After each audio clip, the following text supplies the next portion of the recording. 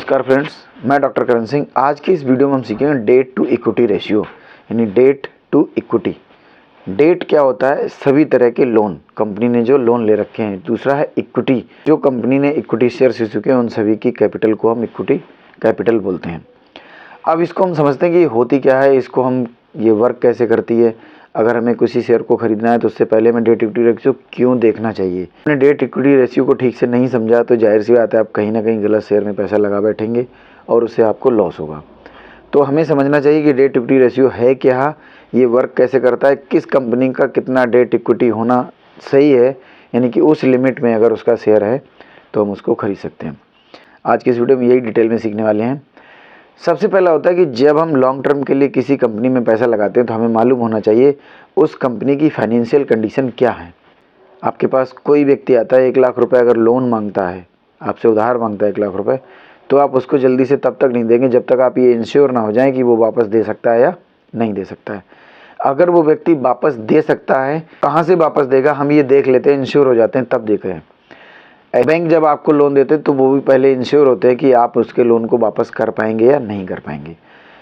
तो इसमें तो डेट अपॉन इक्विटी, डेट जो कंपनी के पास जितने तरह के लोन हैं उनको रखते हैं, उनके टोटल अमाउंट को डेट कहते हैं। दूसरा इक्विटी, यानी कि जो इक्विटी शेयर्स की कैपिटल है उससे हम डिवाइड कर देते हैं।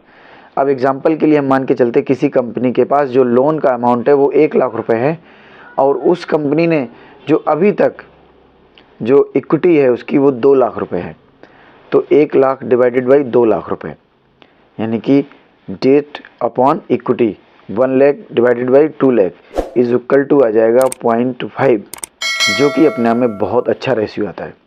डेट इक्विटी अगर हम एक आइडियल रेशियो की बात करें तो ये लेस देन 1 होना चाहिए। 1.0 से नीचे मिल जाता है तो बहुत अच्छी कंपनी है।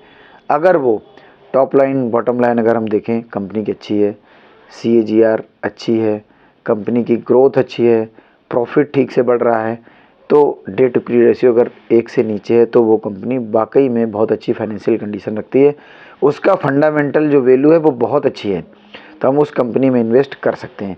अब एक बात आती है, क्या सभी कंपनियां 1 से नीचे ही होंगी? देखिए ऐसा नहीं है, कुछ कंपनी ऐसी होती हैं जो 1 से नीचे मिलेंगी और कुछ कंपनी ऐसी होती है जो 1 से ऊपर होगा, उनका डेट इक्विटी रेशियो 1 से ज़्यादा हो सकता है, 2, 3, 4 भी हो सकता है, फिर भी अच्छी हैं। रीज़न क्या है उसके पीछे?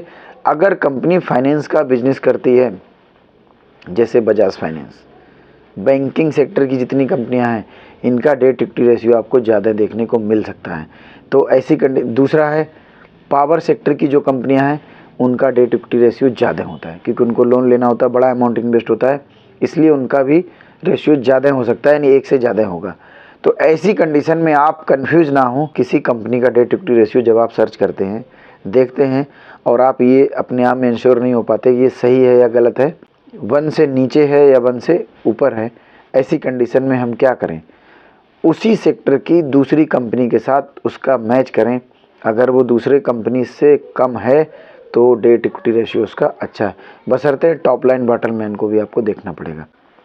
ऐसी जानकारी के लिए follow trade Panthi. Thank you.